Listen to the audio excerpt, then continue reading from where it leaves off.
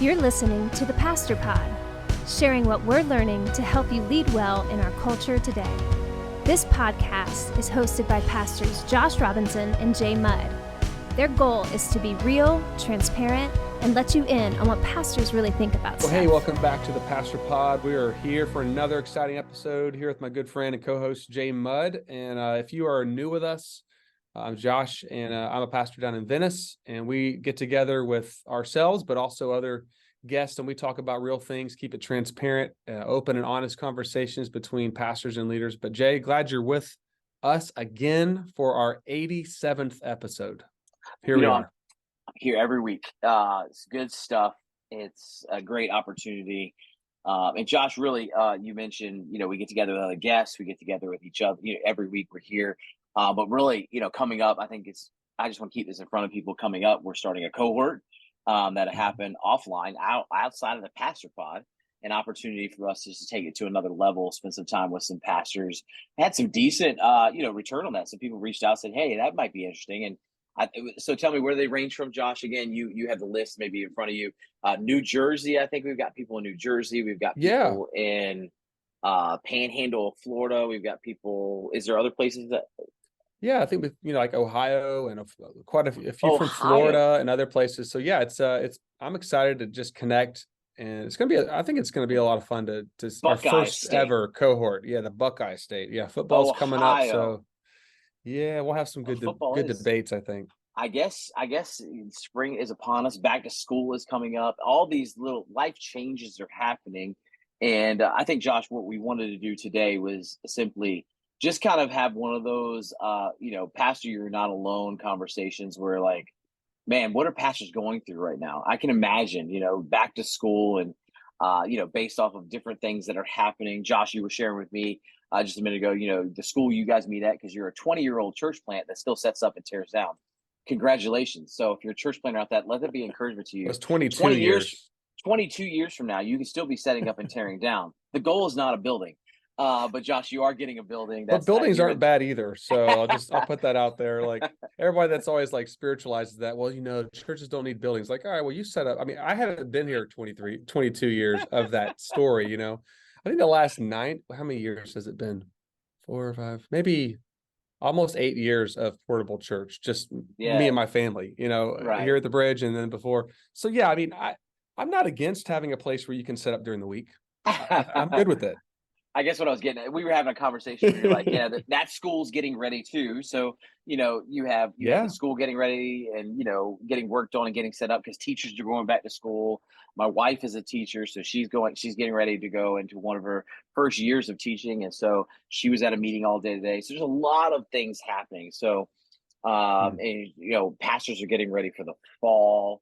That comes with excitement, but that also comes with a lot of stress. Do we have our ducks in a row? Do we have everything going the way it goes? I know for our stages of life, I mean, you guys are getting ready for the fall. You guys got a lot of exciting things coming up. I'm getting ready for a big season of church planting coming up. So there's a lot of things happening, and I think pastors sometimes can feel isolated and alone in that sense of like, am I the only one going through this? You're not. If you're listening to this, you're a pastor. You're not going through this. If you're listening to this, you're not a pastor. I want to encourage you, maybe reach out and encourage your pastor, because it is a busy season. Coming out of July into August is always a busy season. You're kicking off the fall, getting back into the grind, trying to mobilize. I think of a shepherd. I know I'm talking a lot here, but I'm thinking about a shepherd who's having to, rally the sheep that have been gone and at the beach, and they've been on vacation. They've been doing all these things. And now you got to rally them up and go, hey guys, look, it's actually, we got to get back into a flow, a routine. Think about, parents getting their kids back into a routine, but just on a huge level of like, now we got to get this church back in order. We've taken our breaks. We've been, we've put this aside for the summer or this or that. So there's a lot going on, a lot of different things happening. So we just want to take a second and just kind of maybe unpack where we're at, what we're going, and things that we're going through as pastors, because sometimes we do the whole, we're a guest, we're talking about this topic, which all the topics are important. But sometimes I think just here, you're not alone is a big deal. Yeah, I love the theme that, Bob put out from First Coast Churches, don't pastor alone. I've got a couple of his cups up in my office here. You got a couple cups? I need to get a cup. Where's my cup at? he sent me a hat too. I hate to bring that up. I didn't want you to feel left out, but Josh, well, I just thought I would share that. I have a hat and actually maybe more than 2 cups. Even, what else I have? I even have a coaster. So see this here. If you're not watching on YouTube, I'm feeling a little. Don't pastor alone. Isn't that a good statement though? And I didn't want you to feel alone, but I just Bob wanted to be real. Don't pastor alone. But yeah, no, I'm with you. I think there's a lot of times when we get in busy seasons, we kind of isolate. I think I put my head down sometimes and I just push through, and that's needed sometimes. But a lot of what I'm dealing with right now is, we're shifting to, like you said, back to school. My youngest is going into kindergarten, her first year of official school, so it's a big deal. We're all 3 of our kids are in school together at the same place, which will be great. But she's 5 going on 6 here in December, so it's a big shift. And I think the education piece and just school is, and if you're a parent, you're listening, you're like, I can't wait for school, or I can't wait for more of a rhythm.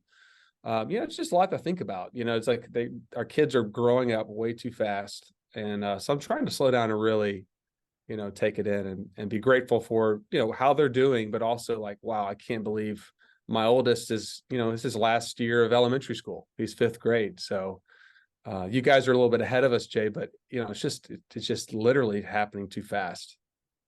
Well, my kindergartner who's going into 1st grade, so my now 1st grader, stopped us the other night and said, listen, I cannot walk into 1st grade with a Lightning McQueen backpack. Everybody's gonna make fun of me.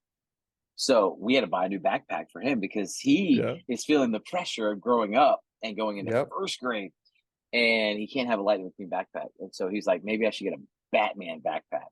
There you go. All right. Well, no. I was like, all right, that the next year it's gonna be like, I can't go with a Batman backpack. So it's like, hey, let's get a solid backpack, and I'll buy you a little chain with something on it that makes it your unique. So he ended up with a black backpack. So maybe we'll get a couple years out of it. Parents, that's a hot tip for any parent out there, how to get more out of your backpack life. That's good. Don't buy a themed backpack that can be here today and gone tomorrow. That's right. Anyhow, but Josh, I'm with you. We have all those moving parts in our family. We're in a new area. We just moved down here 6 months ago, and we are busy getting ourselves situated. I have all my kids who are going to different schools this year than they did last year. So kudos to me being the parent who moved my kids from 2 different school years in 2 years. This is their 2nd school in 2 years. So I feel like a parent who just dropped the ball big time with that. But anyhow, my kids are very, very, very flexible, and looking forward to the opportunity to start at a new school. So I have a 10th grader. She would kill me if I said that. A 10th grader all the way down to a 1st grader and all in between. We're really ruling the middle school. I have a 6th grader, 7th grader, and an 8th grader. So we cover the whole middle school. So that's exciting. But we're also in the middle of planning a church, and that is always it's exciting. It's also exhausting. So exciting and exhausting in the sense of there's so many logistics. Church planners can relate to this. When you're a church planter and you're just starting off, you're kind of wearing all the hats. You're the lead pastor. You are the XP. You are the discipleship pastor. You are at times putting on the worship hat going, I need to figure out how we're going to do worship as well. You're covering the gamuts. Not that you don't have people around you, but you are definitely taking the lead in that because many of the people around you have full-time jobs and they're doing other things. So we're feeling a little bit of the pressure now of, continuing to invest in the community, things like that, but also wearing all the different hats of trying to get ready for our soft launches, which will happen this fall. So we're pretty excited about the fall coming because for us, it means things are getting even more real. Not that we need to have services or worship gatherings for it to be a church, an official church, but those are part of the growing pains of a church plant. Is like, hey, now we're going to step into this new era, and so that comes with its all new challenges of now we're trying to figure out how we can set up teams and structure and things of that sort. Is no longer hey, this is cool, there's a new church coming. It's like, hey, in order for that new church to come, we have to have people doing stuff. I can't do everything, nor do I want to do everything, because it would not be good if I did everything. So that's where we're at. So it's an exhausting season of trying to figure out what's next? Like, how do we do this and that, and all the moving parts of my wife's a teacher, my kids are in school, all that good stuff. So lots of big things happening in the mud home. Yeah. So we're feeling the pressure of fall. So yeah, but Josh, what is something you're excited about this fall? What is something you're looking forward to and you're excited about? Because I think sometimes as pastors, we can get into the grind of like, oh, there's so much on our shoulders, and we miss out like, hey, this is what we planned and worked for. This is what's coming and what's exciting. So what are you excited about in the fall? Looking forward to Florida State beating Miami again really bad in football. That's one thing. He says that because I'm a Miami fan. And that's okay. That's what I hope for. But no, I'm excited. I mean, we're seeing God's work in our church and momentum, and the school we meet at, had some damage from Hurricane Ian last fall. Right. And if you've driven around Southwest Florida, there's still lots of blue tarps on roofs. I mean, you still see lots of the residual from the hurricane. So the school has been going through a lot of repairs, and it's been looking really great. So the church has been flexible to continue to meet there and work with all that, and it's been great. It's been challenging at some days because it's summertime. You think summertime, you kind of slow down a little bit, and everybody but we've had some extra setup days and some different just opportunities to get our people involved. I mean, last Sunday we set up really early in the morning. It was like 6 a.m. all call whoever wanted to come serve, and man, we had an army of people showed up. The sun wasn't even up yet, because we had to move things out because of some of the repairs. And so we had a U-Haul truck and the chair trailer. And man, I was just kind of blown away by just the people that got up early and came and just had a can-do spirit. So I'm just excited to see more leaders step up and more small groups start this fall and really develop more community for the people God's sending us. So it's like you got these people coming that are either new to church or some just come to Christ, but really excited about our leadership pipeline that we've been really working on for about 9 months, of seeing that grow more and just provide opportunities for people to step in and be equipped in their gifting. So that's really probably one of the most exciting parts of what we've been working on. And then hopefully we'll start seeing more of it tangibly like laid out. And then of course our church buildings process, our last permit was approved. And so that was a big one, a big hurdle for us. And then basically the metal buildings being about to be fabricated soon. And so as long as that stuff stays on track, we're praying we'll be in the building sometime next summer, hopefully sooner than that, but most likely next summer we'll be fully into a space that we can use all week long. So we'll have a whole new unique set of challenges, but I'm excited about that. Just having a home base to do ministry. There you go. Yeah. I asked Josh about the building if he would provide for me an office, and he said it would make space. So I'm going to hold him to that. So always he's going to make space for me. So it's a little bit of a commute for me. I think that would be about an hour and a half, 2-hour commute to the office. But hey, I have a spot I can come. Always got a spot for you, buddy. And everybody who knows that's joking. I would not drive 2 hours. I can't drive 2 hours every day. That would just not be a good steward of time and money and all that good stuff. But yeah, so that's good. And then what is the biggest, Josh, I'm going to ask you just because just be transparent. What are some of the biggest hurdles for the fall that you might say, hey, like these are some of the things that we wrestle through? Because again, every pastor is going to be able to relate to the fact that there's these good things. But what are some of the hurdles that you see coming up in the fall? And that's a great question. I think one consistent theme, I think in all of ministry, like if you volunteer at your church, you don't necessarily a pastor, how important relationships are. So I think consistently teaching, trying to be an example, our team of how to remain unified in all things for Christ, not letting secondary things become primary things. I think for me, just this last couple of weeks, everybody has some hurts. Everybody's going through something, right? I mean, we've already talked about that today, right? Jay's you got some mountains to climb coming up, but it's exciting. Like God's working through you and your family, and you're meeting people. You were telling me before we even got on today, like you almost know every business owner in your community. Like that's huge. Like how many pastors can say that they know, it's crazy to think about. So I think about all that, like it's a challenge, but it's also a joy. So I think that's kind of where I look at it, as God is doing a great work. Satan doesn't like that in any church, any family, any marriage. And so I would look at it as we need to consistently love one another genuinely and build relationships that are forgiving. And then basically helping build unity and unifying a group of people. In our church, for instance, is all ages, like all over the map, and geographically where they're from, culturally, and so just consistently keeping the gospel at the forefront and praying for the Holy Spirit to do a work. So I think that's what, I'm not saying it's necessarily like a negative or a challenge, but I think the harder it is in today's world to keep the church unified is probably the biggest challenge, I think, for most churches, to not let secondary earthly things become more important. Whether it's some churches have sacred cows where they've done something forever that they don't want to change. I'm not saying it's necessarily us at this point, but I could even pinpoint, but just in general, keeping the gospel at the forefront and remembering that God is in control. And that's a theme that God's really been working on me the last couple of weeks.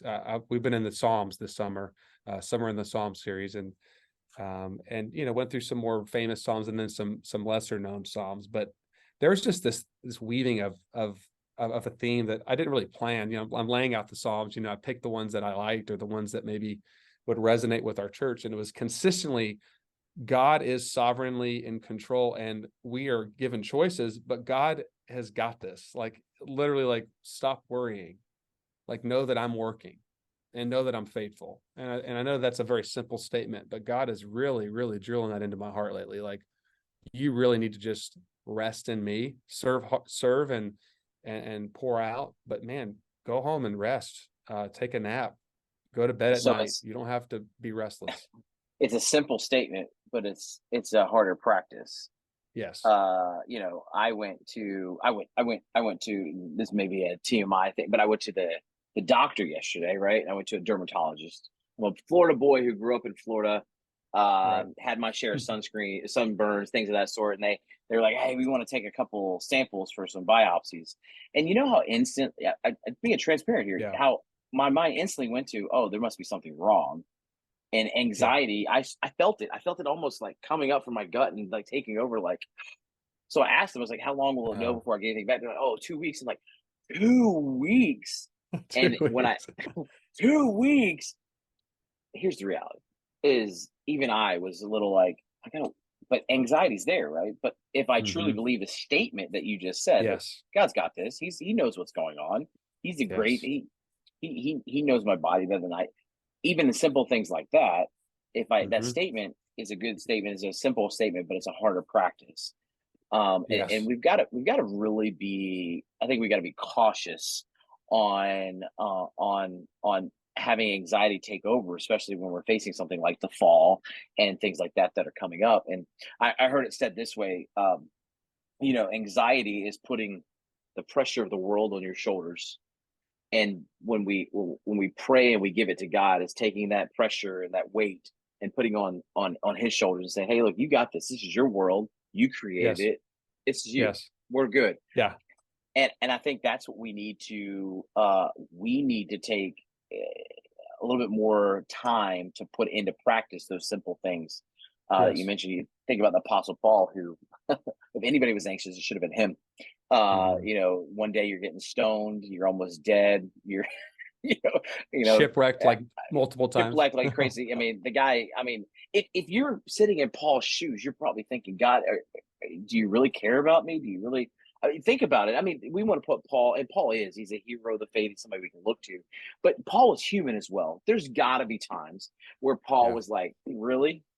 Really? He gets woken up, he's like, oh, I was stoned again? Like, really? Like, I went through this again, and obviously he was told by Ananias, Paul's the guy who's gonna have to know how much he must suffer for my sake. But Paul pens in Philippians, don't be anxious about anything. Yeah. But rather by prayer, make it be known to God. By prayer, there's power in this prayer, because prayer is casting those things off. You know, it's saying, God, I can't handle this. You've got to take care of this. And there should be comfort and peace that comes when we can say, hey, God, I give this to you. I'm going to let you handle the building, Josh. I'm going to let you handle the building, God. You got it under control. If you want that to come in March, it'll come in March. You want to come in May, it'll come in May. It's not until June, let it be. But that's your perfect timing is going to be perfect timing for us to have a building. For me, that's right. You know, God, where's the people going to come from? God's going to provide those people.